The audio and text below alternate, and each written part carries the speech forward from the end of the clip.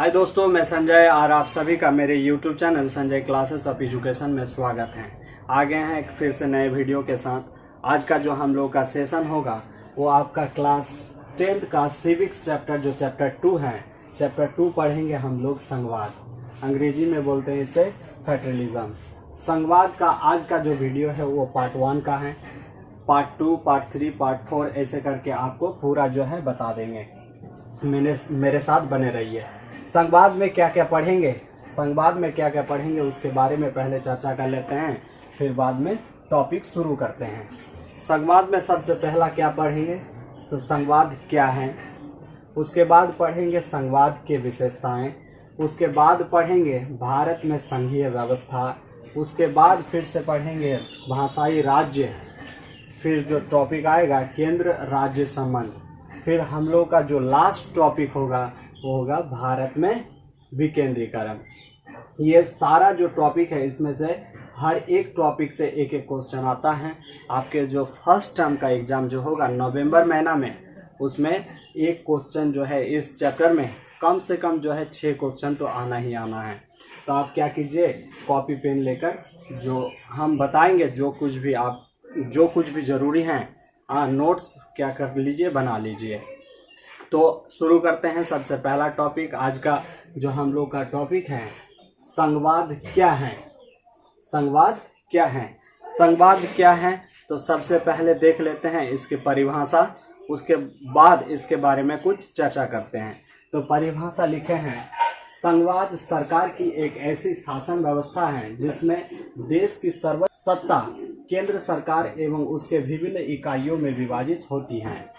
मतलब संघवाद क्या है तो संघवाद एक ऐसे शासन व्यवस्था है जिसमें जो है केंद्र और उसके अंतर्गत जो भी मतलब सत्ता जो भी धारण करने वाला आता है सब में बटा हुआ रहता है। जैसे अगर आप गौर करें हमारे देश जो कि भारत देश है, उसमें अगर आप गौर करते हैं तो आप पाएंगे कि एक तो केंद्र सरकार होती है, दूसरा होती है राज्य सरकार, और एक यहाँ पे जो है तीसरे स्तर पर सरकार भी काम करती हैं जिसे स्थानीय सरकार कहते हैं। आम भाषा में बोलेंगे तो पंचायती या शहरी क्षेत्र में जो होता है नगर पालिका।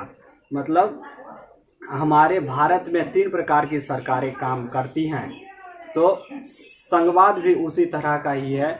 मतलब संघवाद जो है वो क्या होता है तो संघवाद सरकार की एक ऐसी शासन व्यवस्था है जिसमें देश की सर्वोच्च सत्ता केंद्र एवं उसके विभिन्न इकाइयों में विभाजित होती हैं। मतलब केंद्र और उसके विभिन्न इकाइयों मतलब क्या होता है तो इकाइयाँ मतलब होता है जैसे आपको पता है राज्य सरकार केंद्र के अधीन नहीं आता है हमारे यहाँ। तो संघवाद इसी प्रकार के शासन व्यवस्था चलाती है। सरकार जो होती है वह मुख्य तो 2 प्रकार की होती हैं। क्या क्या होती हैं तो सबसे पहले जान लेते हैं। तो सरकार जो होती है वो मुख्य तो 2 प्रकार के, कौन सा तो पहला सरकार जो है वो है एकात्मक सरकार होती है, और दूसरा सरकार संघीय सरकार जो संघवाद चलाती है। संघीय सरकार जो संघवाद चलाती है। मतलब संघवाद क्या है तो यह एक शासन पद्धति है। एकात्मक सरकार, पहले हम एकात्मक सरकार के बारे में जानेंगे, फिर उसके बाद पढ़ेंगे संघीय सरकार के बारे में। एकात्मक सरकार क्या होता है तो जो कुछ लिखे हैं उसके बारे में पहले जान लेते हैं, फिर आपको समझा देंगे। एकात्मक सरकार जो है, एकात्मक शासन व्यवस्था में शासन का एक ही स्तर होता है और बाकी इकाइयाँ उसके अधीन होकर काम करती हैं। एकात्मक शासन व्यवस्था में क्या होती है तो सरकार एक ही स्तर होती है और बाकी सारी जो इकाइयाँ होती हैं वे सभी उनके अधीन कार्य करते हैं। मतलब उनके अधीन ही अंडर कार्य करती हैं। जैसे आपको बताए थे पिछले कक्षा जो पिछले अध्याय है जो सत्ता की साझेदारी, उसमें हम बताए थे एक उदाहरण लिए थे बेल्जियम का और दूसरा उदाहरण था श्रीलंका का। तो आप लोग देखे थे बेल्जियम जो है जातीय विविधता को समझा था और सत्ता को क्या किया था, विभाजित किया था। एक केंद्र में, राज्य में और दूसरा सामुदायिक सरकार में। और आप देख चुके हैं श्रीलंका के बारे में। तो श्रीलंका क्या किया था तो श्रीलंका जो है वो एक ही प्रकार के शासन चलाती थी। मतलब बहुसंख्यकवाद पर आधारित था। और वहाँ पे जो वहाँ का तमिल जो है उन्होंने लागू करना चाहता था संघीय शासन व्यवस्था। तो यहाँ पे जो है श्रीलंका में एक ही प्रकार के शासन व्यवस्था थी, आप देख चुके हैं। इसके कुछ देश जो हैं संघीय शासन व्यवस्था के कुछ देश जो आपके हर एक एग्जाम में पूछा जाता है, पहला है चीन, जापान, फ्रांस, इटली, इंग्लैंड, उत्तर कोरिया और श्रीलंका। श्रीलंका के बारे में आप लोग देख चुके हैं। अगर चर्चा करें चीन का, तो चीन में भी जो है 2 स्तर के सरकारें होती हैं। जैसे हमारे यहाँ कौन कौन सी सरकारें होती हैं, तो हमारे यहाँ जो भारत में है 3 स्तर की सरकारें, पहले तो 2 ही स्तर की थी, अभी तीसरा स्तर भी जोड़ा गया है जो पंचायती स्तर है, जिसे स्थानीय सरकार कहते हैं। पहला जो सबसे ऊपर होता है कौन सा, तो सबसे ऊपर जो होता है वो केंद्र सरकार होता है। फिर उसका जो निचले हिस्से में आते हैं तो राज्य सरकार। लेकिन हमारे यहाँ क्या है, केंद्र सरकार जो है अलग कार्य करती है और राज्य सरकार अलग कार्य करती है, मतलब उसका कार्य क्षेत्र भी अलग अलग बंटा हुआ है। जैसे आप अगर हम आपको बताएं उदाहरण के बारे में, जो हमारी सेना है, राष्ट्रीय सेना जो होते हैं, तो वो क्या करती है, केंद्र सरकार उनका संचालन करती है।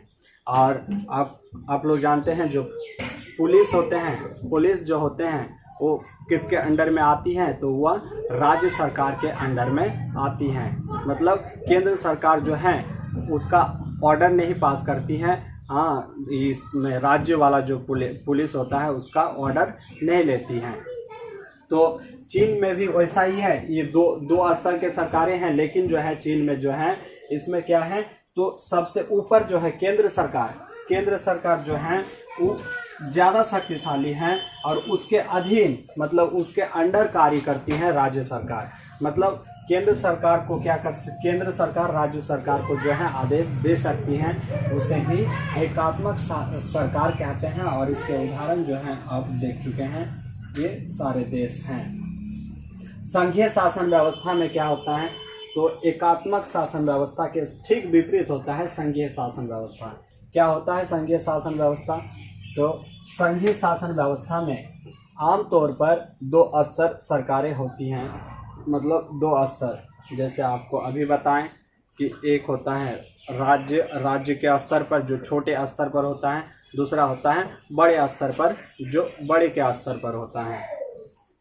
तो इसमें मुख्यतः 2 ही प्रकार के होते हैं और तीसरा जुड़ जाता है। जैसे भारत में है 3 प्रकार की सरकारें हैं, एक होता है केंद्र सरकार, दूसरा होता है राज्य सरकार और तीसरा जो है स्थानीय सरकार, जो स्थान का देखरेख करती है। इस व्यवस्था में केंद्र सरकार राज्य सरकार को कुछ खास करने का आदेश नहीं दे सकती है। मतलब संघीय व्यवस्था में जो है केंद्र सरकार राज्य सरकारों को मजबूर नहीं कर सकती है कि आप ये करो। मतलब दोनों का जो कार्य है बटा हुआ रहता है, उसका कार्य क्षेत्र भी अलग अलग होता है। हम आपको बताएंगे सूची के बारे में। 3 प्रकार के सूची होता है, ऐसे तो 4 प्रकार के होते हैं लेकिन 3 प्रकार के सूची के बारे में बताएंगे। संघ सूची, राज्य सूची और समवर्ती सूची। उसका जो है क्षेत्र अलग अलग बटा हुआ है, कौन कौन सरकार क्या क्या काम करेगी, राज्य सरकार क्या काम करेगी, केंद्र सरकार क्या काम करेगी, सबका एक अलग क्षेत्र होता है। फिर आते हैं उसी को लिखें, इस शासन व्यवस्था में केंद्र एवं राज्य स्वतंत्र होते हैं तथा उनका अधिकार क्षेत्र भी अलग अलग होते हैं। जैसे आपको बताएं एक उदाहरण के बारे में, राज्य सरकार के जो पुलिस होती हैं वो राज्य के अधीन ही आता है, और केंद्र सरकार के जो मतलब सेना जिसके पास है, सेना मतलब तीनों सेना के प्रमुख जो होते हैं राष्ट्रपति होते हैं, तो केंद्र सरकार जो है उनको आदेश दे सकती है। लेकिन जो यहाँ पे जो है राज्य, जैसे दिल्ली में जो है केंद्र सरकार ही आदेश देती है, क्योंकि दिल्ली जो है भारत की राजधानी है। इसके उदाहरण कुछ जान लेते हैं जो एग्जाम में बहुत बार पूछा जाता है।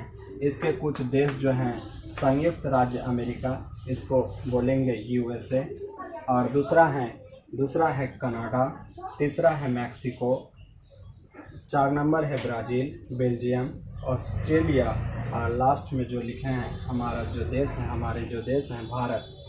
भारत एक प्रकार के संघीय शासन व्यवस्था चलाती हैं। जैसे आपको पता है यहाँ पे 2-3 स्तर की सरकारें कार्य करती हैं। पहला होता है केंद्र सरकार, दूसरा राज्य सरकार, उससे नीचे के स्तर में आएंगे तो स्थानीय सरकार, जिसे पंचायती सरकार या शहरी क्षेत्र में बोलेंगे नगर पालिका जो होता है उसी को बोलते हैं। टॉपिक जो है आप लोग को पूरा क्या करेंगे, पूरा जानकारी देंगे। संघवाद की विशेषताएं, भारत में संघीय व्यवस्था, भाषाई क्षेत्र, तो टोटल आपको जानकारी देंगे। मेरे साथ बने रहिए। अगर आप लोग इसका जो है नोट्स चाहते हैं तो मेरे डिस्क्रिप्शन में या कमेंट में लिखिए, मैं आपको क्या करेंगे पूरा जो है नोट्स प्रोवाइड करा देंगे। तब तक के लिए आज जो है यहीं तक रहते हैं। आज के लिए इतना ही। और मेरे इसी तरह का अगर आप वीडियो देखना चाहते हैं तो मेरे चैनल को सब्सक्राइब कर दीजिए और ज़्यादा से ज़्यादा इसको शेयर कर दीजिए। Thank you, bye.